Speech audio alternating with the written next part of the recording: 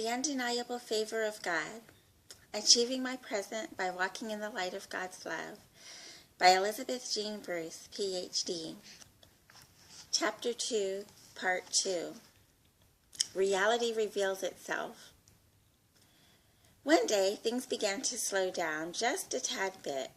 I started to have difficulty in my statistics class.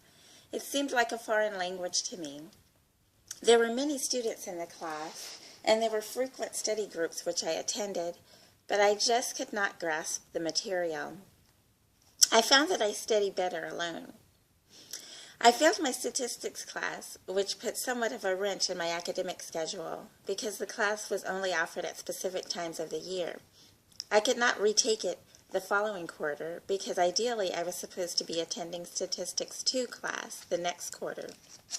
To top it off, I would eventually have to complete a comprehensive exam, which included material from both courses. I was able to take other valuable courses while I waited for my second chance to take Statistics 1. I took my clinical comprehensive exam and passed on my second attempt.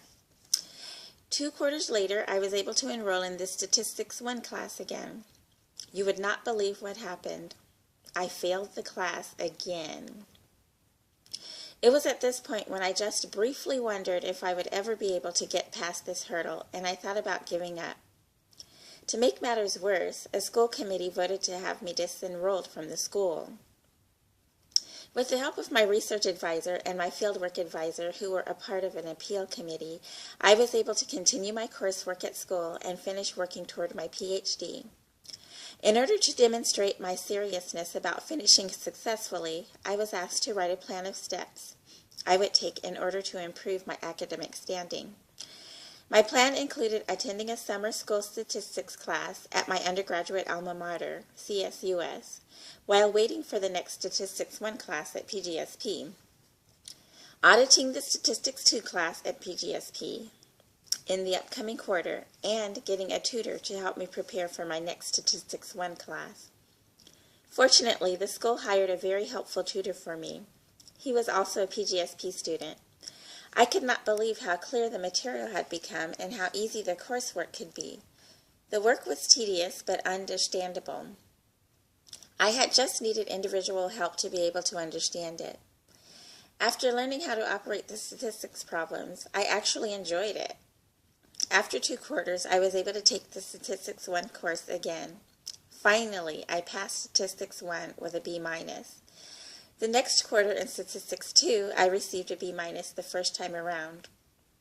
Later, I passed my Statistics Comprehensive exam with an 80%. In the meantime, during the 2-quarter interval before my final Statistics 1 course, I had the opportunity to attend a class at Stanford University. It was a privilege to be able to attend such a prestigious university, even for just 1 course. I was able to walk around the campus, go to the bookstore, eat in the cafeteria, meet students there, and get a general feeling of how it was to attend Stanford. My class there, Career and Personal Counseling for Culturally Diverse Groups, was a part of a cooperative relationship between PGSP and Stanford.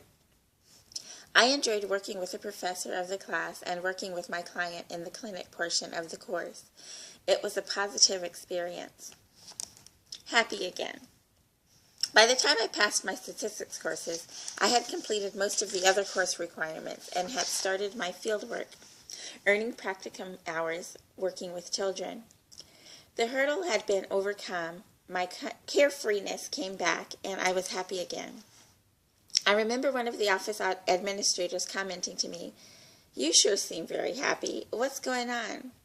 I explained that I was finished with my coursework and I did not have to go to classes anymore. Now I could focus on my dissertation research and my fieldwork, even though I did have an oral exam to prepare for in the near future. My first practicum site, the place where I received training and supervision while working with clients, was at an elementary school in San Jose. I had the privilege of providing therapy to 1st and 2nd grade students who were experiencing behavioral problems in class. Though they seemed restless at times, these children were, for the most part, pleasant and still seemed to have a youthful hope for life.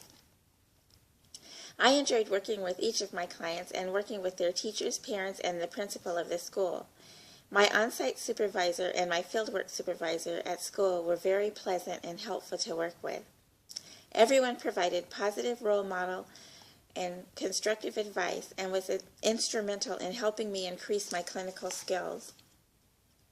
After my practicum work at the elementary school, I received very nice recognition with a presentation of a certificate signed by my on-site supervisor and the school principal. I later received a note from one of my former clients through the practicum student who was now working with her, letting me know that she missed me and her favorite memories of our work together. It was a very pleasant feeling to know that one of my little clients remembered my work with her in such a positive way. Fun adventures. Before my next scheduled practicum site interview, I decided to attend the Summer Olympic Trials in Sacramento. I discovered that the trials would be taking place at CSUS, with opening day being day 1, planning to leave for Burlingame to interview for my next practicum training. I knew attending the Olympic trials in my home city at my alma mater was a once-in-a-lifetime chance, and I wanted to take advantage of it.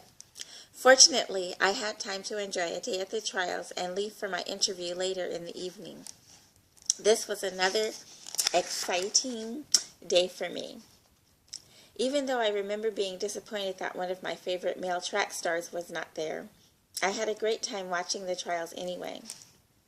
I met really nice people who were sitting near me on the bleachers, and we talked about the events. At the event booth, I had a portrait taken of me with an Olympic medal around my neck while standing in front of the American flag. I still have the photo.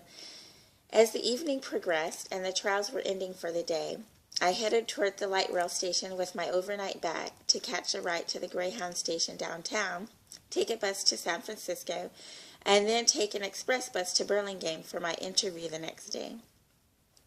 I was happy to have had experience at the Summer Olympic Trials, and I was happy to be going to an interview for my next practicum training. I was enjoying it all. My interview in Burlingame went well, and I was accepted into the practicum program. It was a nonprofit child and family clinic. I gained experience working with ages 4 through adult. I gained skills in group therapy, individual therapy, and family therapy. I enjoyed working with my clients, and I met several other practicum students who were pleasant to work with as well as enjoy free time with. I also enjoyed working with my supervisors, who were all very friendly and helped me increase my clinical skills. After my practicum was complete, there was a goodbye luncheon for practicum students at a community center in a nearby city where we had regular training.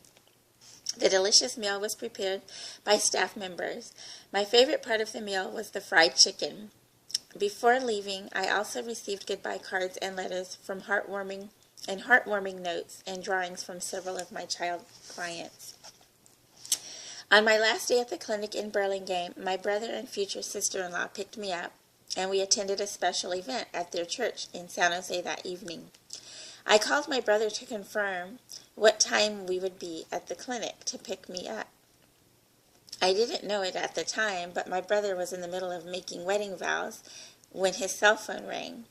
He later told our family that he and my sister-in-law had gotten married and that I had called him in the middle of their court wedding ceremony. We all found it surprising that my brother had gotten married, and as well as comical that I had called him in the middle of his wedding vows.